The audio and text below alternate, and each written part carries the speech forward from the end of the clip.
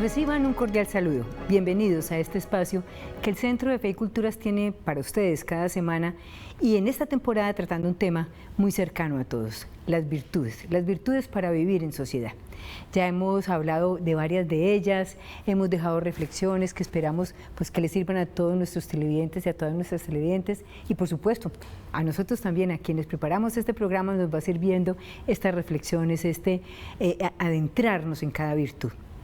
Vamos a hablar de una virtud hoy muy cercana digamos en su nombre, pero a veces un poquito desconocida en su apellido. Se trata de la virtud de la esperanza, pero la esperanza positiva, ¿cierto? Esta esperanza positiva la vamos a definir, a presentar así. Nosotros tenemos la esperanza teologal, esa que unida a la fe y a la caridad se convierten en virtudes que nos acercan directamente a Dios. La esperanza es esa confianza que tenemos en que Dios nos está guardando un cielo que está más allá, esa eternidad. Pero a lo largo de la vida nosotros vamos teniendo otras esperanzas. Esperamos que no llueva, esperamos que amanezca, esperamos que anochezca, esperamos que esta persona que nos prometió que iba a visitarnos nos visite. Y esas otras esperanzas pues también nos ayudan y nos permiten vivir en sociedad y a veces no las conocemos mucho. Entonces, para hablar de este tipo de esperanza, hemos invitado a una persona que es doctor en psicología, sabe muchísimo de todos esos temas del comportamiento y aceptó estar hoy con nosotros. Se trata del doctor Henry Ospina. Henry, bienvenido a este programa del Centro de Fe y Culturas. Jenny, muchísimas gracias a ti por invitarme y qué bueno poder compartir sobre la esperanza que es tan importante, como tú lo dices, en el día a día para cada uno de nosotros. Bueno, a Henry yo lo conozco mucho porque además es el esposo de una de mis mejores amigas, de Lucy Jaramillo, pero contémosle a los televidentes quién es Henry Ospina. Bueno, esas de las preguntas difíciles. Digamos que de lo más general, sí, ya dijiste, soy doctor en psicología, he hecho otras especializaciones en los campos administrativos y de recursos humanos. Mi formación de base es psicólogo. Me he desempeñado en distintas ocupaciones en el área de recursos humanos y algo que desde hace mucho tiempo combino y es la docencia, que es de las cosas que más me gustan, y también soy consultor en distintos temas. Henry, cuando te llamé y te dije, bueno, acompáñame a hacer este programa, acompáñanos a todas las personas que están con nosotros en Televid, a hablar de una virtud, ¿por qué escogiste esta? Bueno, en parte porque sí se parece al menos de nombre, pero también vamos a ver que sí tiene mucha relación con la virtud de la esperanza. Y yo creo que siempre que nos levantamos con una esperanza de que las cosas van a ocurrir como consideramos que deberían ocurrir, ¿cierto? Y hay una diferencia en la esperanza que se llama la esperanza activa y la esperanza pasiva. Y a veces creo que no nos damos cuenta de la diferencia entre los dos y caemos mucho en la esperanza pasiva. Y yo creo que Dios tiene algo para nosotros indudablemente y Dios espera también algo de nosotros, pero también de alguna forma Dios, dice un adagio popular, a Dios rogando y con el mazo dando. Sí, casi que también dice, ayúdate que yo te ayudaré. Entonces, que eso es lo que hace de alguna manera la esperanza activa. Y creo que es importante que también tengamos una actitud activa. Yo la estaba nombrando como esperanza positiva, pero no, se llama técnicamente esperanza activa. Correcto. ¿Cómo se puede definir esa esperanza activa? La esperanza activa es tener una confianza de que algo va a ocurrir, tener la expectativa de que algo va a ocurrir y hacer algo para que ocurra. Si yo quiero venir al canal, o sea, yo salí con la esperanza de venir, pero tenía que moverme de donde estaba para llegar acá. Esa es la esperanza activa. Muévete, acciona, compórtate para alcanzar lo que de alguna manera quieres alcanzar. Lo otro sería la esperanza pasiva, ¿sí? No, yo espero que las cosas se den, a ver si me llaman, entonces quién me viene a recoger, pobre de mí, ¿no es cierto? Que es una esperanza pasiva. ¿Por qué es importante la esperanza activa en la vida de las personas y en el desarrollo de las personas? Sí, porque creo que si queremos tener un crecimiento como seres humanos, parte del crecimiento como seres humanos está de la mano de lo que queremos alcanzar. Y para ello tenemos que tener una esperanza de que lo queremos y hay que hacer algo para que se logre. No es suficiente con decir lo quiero y entonces por solo desearlo las cosas se me vayan a dar, ¿sí? Entonces todo el mundo de alguna manera dice quiero salir adelante, por ejemplo, una expresión muy nuestra. Bueno, ¿y qué estás haciendo para salir adelante? Implica que dentro de varias variables que existen para el crecimiento está obviamente la esperanza y la esperanza activa. Entonces, ¿yo cómo hago? Porque mis hijas, y a veces me dicen, me dicen, tía, mamá, yo quiero hacer esto, yo quiero hacer lo otro, y quiero. Uno, ¿cómo hacerles entender que no es suficiente el querer, que tienen que actuar? Bien, excelente pregunta. Es pasar del querer, ¿sí? del desear a la acción. ¿Sí? Es del querer, el desear, al poder. ¿Sí? Entonces sí, es importante que lo quieras. Es importante tener metas en la vida, indudablemente. Y luego de tener las metas, hay que ponerle patas a las metas. Hay que ponerle algo que las movilice para que se puedan alcanzar. No es suficiente, como le decía ahorita, con desearlo. Sí, claro, muy rico, pero ¿y entonces qué vas a hacer para alcanzar esa meta? Entonces a ti te dicen tus hijas, tu tía, tus sobrinas, perdón, ¿qué hago? Primero, claridad en la meta, ¿sí? Y luego, pasos para alcanzarla. Pasos y ojalá pasos que en gran medida estén en manos de tus hijas o de tus sobrinas o de la persona que se pone esa meta. ¿Qué pasos vas a dar que estén en tus manos? Y si no están en tus manos, ¿qué vas a hacer para que tengas cierto control y poder alcanzar esas metas? Y el activador de todo eso es tener la esperanza activa de que lo vas a alcanzar, obviamente. Pero dijiste una cosa muy interesante, no es suficiente con decir lo quiero y porque lo quiero entonces se va a dar. Eso tiene que ver un poco con pensamiento mágico y por ahí unas ideas de otras hay quienes piensan creencias que créalo, ténganlo en su mente, sí. El poder de la mente y piénselo y lo va a conseguir. Sí, eso no es suficiente con eso. ¿Sí? Hay un poco de pensamiento mágico, hay algunas teorías no muy santas que dicen créalo, visualízalo y entonces ya lo tienes. No, yo creo que eso es importante, sí, pero también es importante ponerse en acción, moverse hacia qué vas a hacer para alcanzarlo. ¿Sí? ¿Qué impacto tiene en una persona el no cultivar esa esperanza activa? Ok, el impacto es que nos volvemos dependientes, ¿sí? ¿Por qué no has hecho? No, es que no he habido quien me ayude, no, es que no he podido, es que hay quien se apiada de mí, que es como el otro extremo, ¿cierto? Que es como la esperanza pasiva. Entonces, ¿qué efecto tiene? Que es una persona que siempre va a estar dependiendo o esperando a que los otros le ayuden. Muchas veces sin decirlo siquiera. Entonces, ¿cómo te van a ayudar cuando vos ni siquiera has dicho quién me ayuda? Ayúdame con esto, ayúdame con aquello. Ah, no, hay gente que dice, yo esperé, yo me suponía que ustedes me iban a ayudar, ¿sí?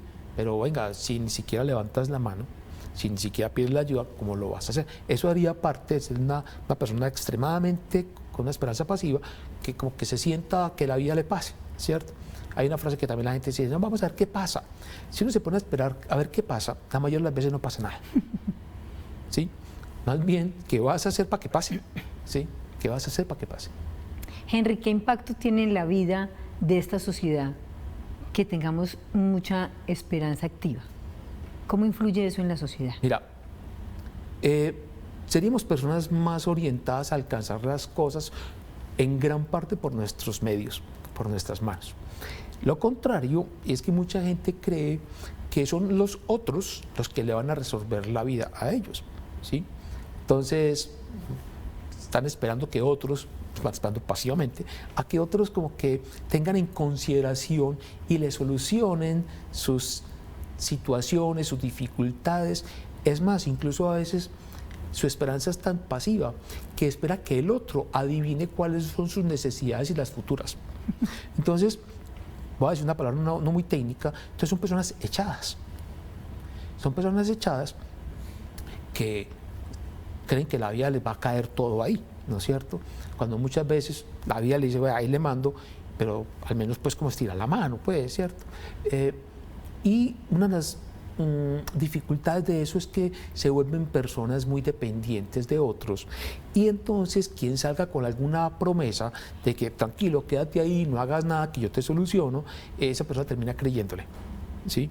Y son víctimas de incautos que los timan, ¿no es cierto? Los engañan con falsas promesas. Henry, escuchándote pienso, a veces nos quejamos mucho de que esta sociedad y los jóvenes de hoy en día son intolerantes al fracaso.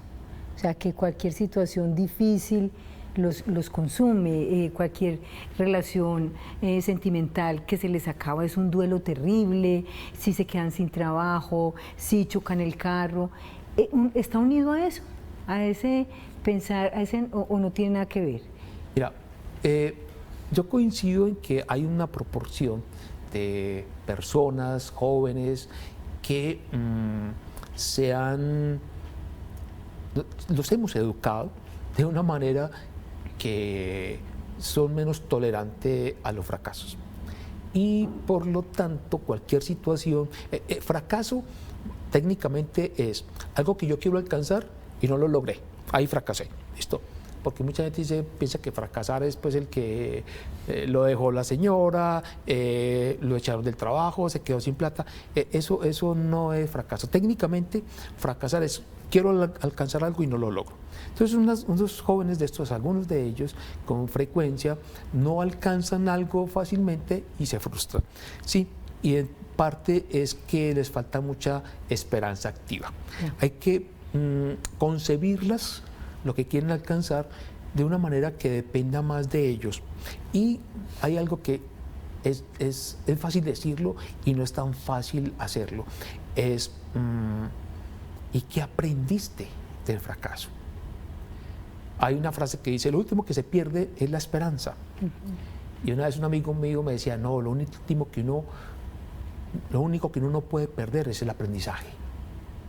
Entonces, ¿qué aprendiste de ahí? ¿Qué aprendiste para que no lo vuelvas a hacer? ¿Sí? Porque el fracaso debería ser un educador muy costoso, ese proceso de aprendizaje. Pero si se hace el ejercicio de ver la lección, es muy, muy fructífero. Henry, entonces los papás o las personas mayores que nos pasamos solucionándole la vida a otros, no estamos contribuyendo para nada en la esperanza activa, ¿verdad? Sí, tienes razón. A veces por querer darle al otro, le impedimos al otro que encuentre los caminos, los medios para alcanzarlo. Lo que ocurre con el mediano plazo de eso es que para esas personas que están siendo ayudadas es muy fácil que les sigan ayudando.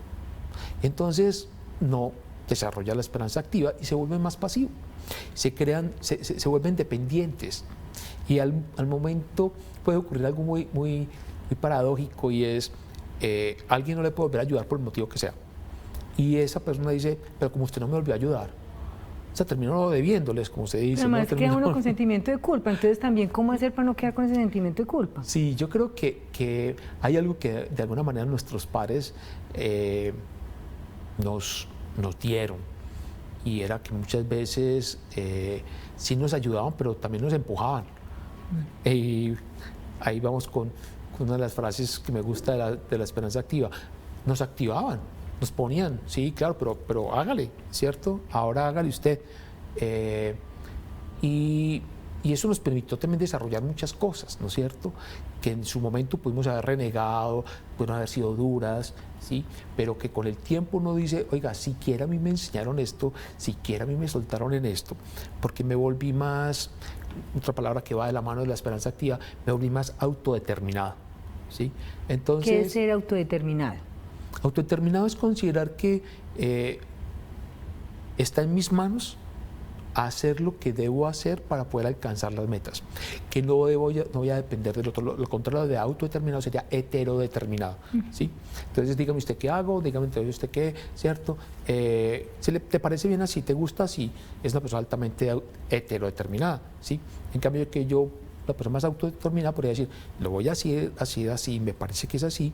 No es una posición vanidosa necesariamente, sino que es un convencimiento de que en mis manos tengo la posibilidad de alcanzar las cosas, ¿sí? Henry, ¿qué virtudes, qué habilidades están unidas a la esperanza activa? Yo digo que la fe, indudablemente.